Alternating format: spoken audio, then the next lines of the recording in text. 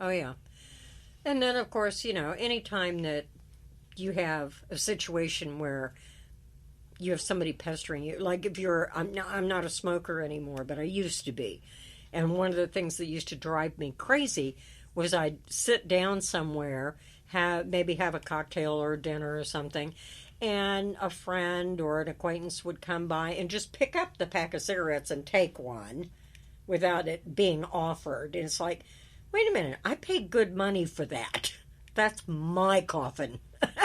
Well, not only that, I'm not a smoker, but I have friends that smoke. And when I used to hang up with them up north when I lived in PA, they would go out and they would buy packs of cigarette. Now, I'm going back maybe early to mid 90s. We were going at like $1, close to $2 a pack. Now, what are they up? Like $7, $8? Oh, yeah, $7 or $8 a pack. Yeah, so you think about it and what you just said. Whoa, I just paid $8 for that pack and you... What? Yeah, and you want me to share? Yeah. It's like, no, give me $1. That's paying for like 3 cigarettes out there. Come yeah, on. yeah. You want to take my smokes? Give me $1. Oh, God, that's great. Well, this is a great pet peeve that I think that we have to talk about. Kate, go ahead. Dishes in the sink. Oh, God, it just makes my skin crawl and cringe. Mm-hmm. Another roommate issue. I have so many. Well, yeah. And we should have a lot of lists going on. There's a dishwasher right next to the sink. It's not on the other side of the kitchen. It's not far down from the cabinets. It's next to the sink, which tells me that somebody with logic would rinse the dish and just put it in the dishwasher. Done. Enough said. I know. I totally understand that. It should be that easy. Yeah. And if everybody picks up after themselves, there's nothing left in the sink. Well, there's that caveat. Okay, I'm going to play devil's advocate. So there are certain, like maybe casseroles, dishes, or whatever you bake or whatever, it has to soak. So those ones, not a problem. You let them soak, but then you wash them and get them out of there. Correct. But those don't bother me as the ones that just pile up. My mom, I remember, taught me when I was when I hit like 8, 9 years old. She teach you how to stack them just right so they wouldn't fall out? No, because back in the day, before I hit that age, she allowed me to put my dishes in there because my siblings were older and knew better. But the moment I hit 8 or 9, she's like, no. Now you're going to start doing it yourself because I'm not doing it for you anymore. So then I had to learn. So it's easy to do. It's not hard to do. But, there are some people, and I've seen it with families where they just want to put all the dishes in the dishwasher and they do it at home. And when I tried to help them, they're like, no. I do it myself. Just leave it in the sink because I want to stack my own dishwasher. Okay. Well, and that's fine too. I don't have a problem with that either. But when you leave them for 3 or 4 days and you go back in and the same dishes are still sitting in the sink, that's when it gets a little gross. Yes. It's like, come on. That's when you see the cockroaches swimming in there and they're like using it as a pool doing the backstroke. Yeah, I was going to say, doing the backstroke. And you're like, oh, good. I now have a Michael Phelps cockroach. This is awesome. Well, they said even the apocalypse won't kill them. So what's a little swimming going to do? This is true. Not going to hurt a thing. So Kate, I have a big issue right here. And okay. We're talking stuff that's in the kitchen. This is so totally a guy thing. No, it's not a guy thing. It could be any gender thing, even if you want to call yourself binary, if you want to label yourself that anymore. No, because women don't do this. Oh, I've seen it. I have seen it. Then you need to find new women. Some of them are family and friends. Can't. So, anyway, but yeah, long story short, the juice is finished. And I'm not talking just like juice like gin and juice. I'm talking like orange juice, milk, cranberry juice. It could be anything. And you go there and there's like maybe that little itty bitty like quarter to an eighth left in there. And you're like, could they not have taken one more swallow and pitched it? Yeah, just gotten rid of it and then whatever. And then the best thing is like, if you have a secondary refrigerator that you have stuff in there and you put that stuff in there, why didn't you take it out and just put the new one in and just... You realize you're just pinging my buttons on his roommate stuff. I know. This is why I was giving it to you today. And hopefully your roommates are listening to you today. I'm hoping they're not, because I'm dead meat when they get home. If they are. Well, you're going to find a lot of your stuff's gone now. Hey, it got so bad I went and bought a third refrigerator. Well, there you go. So, but yeah, that's one of the biggest pet peeves. And it doesn't just have to be juice. It could be like, I had a roommate a while ago, and I had bought in like cereal, like I think it was like Captain Crunch or something like that, something stupid. I bought it on a great deal, so I had it, and I was using it for breakfast. Well, he decided to have like 4 bowls in one day, and when I went to go have my bowl, there was like nothing there, and I was like, where's my cereal? He goes, oh yeah, I had that. I'm like, why did you have my cereal? He goes, what was there? And I looked at it, I was like, well, yeah, but did you not think that that was mine? He goes, well, yes. And I said, well, what are you going to do about it? He goes, I'll get you another one, I promise. Took him 3 days to get me another box, but by that time I had bought another box. And then he was eating that one.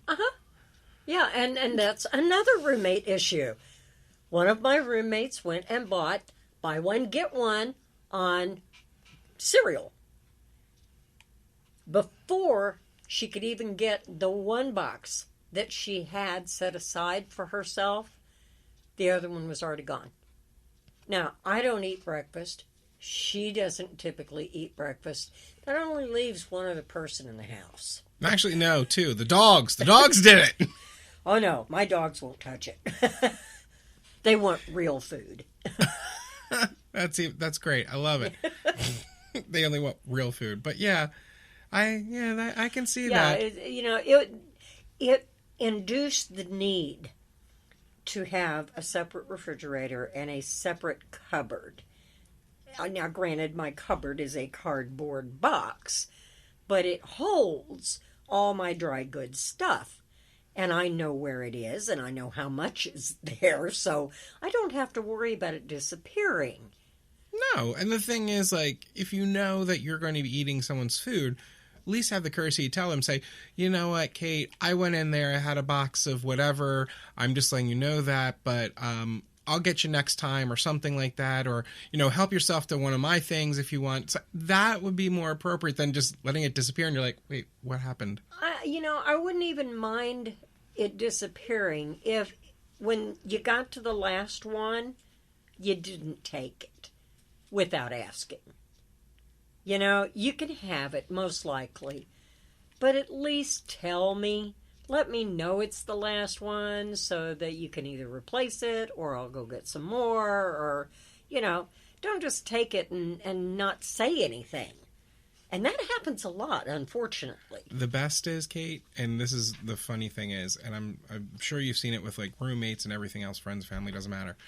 But the fact of the matter is they tell you can't touch and you can't have that because it's for someone else, whatever. And you're like, okay, I can't touch it. It's for someone else. So you let it sit there, and weeks to months go by, and then it goes bad and they throw it away. I'm like, so this person didn't want it. Why couldn't I have it? Because now you just wasted food and you spent how much? So that was kind of wrong. Yeah, I agree. It's always a pain in the butt. It is. So go on, Kate. Okay. Landlords. Oh boy. What about landlords? I love the fact that my landlord is so conscientious about my rent that the day before or 2 days before, she will mention the fact that, well, I haven't gotten your rent check yet. It's not the 1st. Oh, okay. Well, I'm going out of town on the 1st, and I'm going to need that check. Well, you're not going to get it. I'll give it to you that morning. Well, I'm leaving at 4 a.m. Then you'll have to get it when you get back on Sunday. Period. Yeah. I don't get that, because even the fanciest apartment buildings in the world give you a 5-day grace on your rent. If you don't pay it on the 1st, you better have it in by the 5th. But don't come to me 24 hours later and tell me I got to have it. We'll be right back. Let's argue that some more. Listen to them practice the same song on tuba. Please be done. Over and over and over and over and over. Then surely you'll check nhtsa.gov/the right seat to make sure they're correctly buckled in the back seat. Sounds good, honey. Check today at nhtsa.gov/the right seat. Brought to you by the National Highway Traffic Safety Administration and the Ad Council. You may not think of flu as a serious disease, but complications can lead to severe illness, hospitalization, and even death. The Centers for Disease Control and Prevention recommends everyone 6 months and older get a flu vaccine every year. Vaccines are available at doctors' offices, pharmacies, and local health departments. Protect yourself and your loved ones this flu season. Get a flu shot today. Learn more at cdc.gov/fightflu. And we are back. The argument still stands. Don't ask me for rent on the 1st when I know for a fact I got 5 days to get you that check. Well, I've never had that issue before, but to tell you the truth, I have something similar to this, okay? I'm not going to give their name on the cast, but it's a famous or a well-known car insurance company. And basically, they always currently say, oh, go with us, we're the cheapest, blah, blah, blah, whatever. So one time I went with them. One time. That's all it took. Learned your lesson quick, didn't you? Yeah. Every month. Now, my due date for the insurance was the 25th of every month. Mm-hmm. Couldn't forget that. So, the 21st of every month, I got a notice. Your policy is being canceled because no payment. I'm like, what do you mean my policy is being canceled on the 21st when my payment's due on the 25th? I don't understand that. So I called them up. Not once, not twice, but 3 different times on 3 different months because it happened until I finally left. And he said, why are you guys canceling my policy when it's due on the 25th, as it stated in the paperwork you sent me, and you're telling me the 21st has been canceled? And the one time they tried to get me for extra money saying, oh, well, to reinstitutionalize you and all this other stuff, we have to ask for this. I'm like, no. So after that, I just went to a different carrier and I'm happier where I am now. But every time I see this commercial and the certain people in the commercial, I just laugh and say, well, I'm never going to be that desperate for them again. Just never. You really didn't want to be here. Was it the last of last week or the very first? No, it was the last of last week. I had to call the insurance company and find out why I was being billed for $987.82.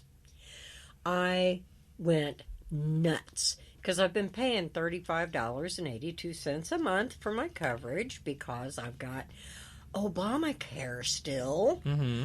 And come to find out, they said the reason why is that I didn't turn in a 1095A for 2018. This is 2020. And they said I didn't have that form, so I had that. I lost my benefits and I was going to have to pay full price. I said, really? We've been through this. This is the 3rd time now. I canceled it. Okay, that was really stupid. And I'm paying for it now. But now I have to go back through open enrollment in November. But it really gave me a lot of satisfaction to go, fuck you. Well, yeah. Excuse me. Yeah. Now, I did call back and eat some crow over that. I'll be the first one to admit my screw-ups and my errors. How does crow taste? Well, actually, it was kind of a relief, to be honest with you, because it's like, okay, I got it out. I said what I said. I apologized. And then she says, well, if you do this, this, or this. And I said, why couldn't that guy tell me that when I was on the phone the other day? Well, I don't know, and I'm really sorry you got such bad service, but we can't reinstate you now. You have to wait until open enrollment. And I said, well, good. That should give me some time to find some good insurance. Exactly. Well, you know what? I actually now this is right before open enrollment. I applied for the Obamacare as well. And I'm going through hoops and hurdles that I've gotten 2 emails. The last email I got was like a couple weeks ago saying need for more information, which I sent them the more information, and I'm still waiting another week now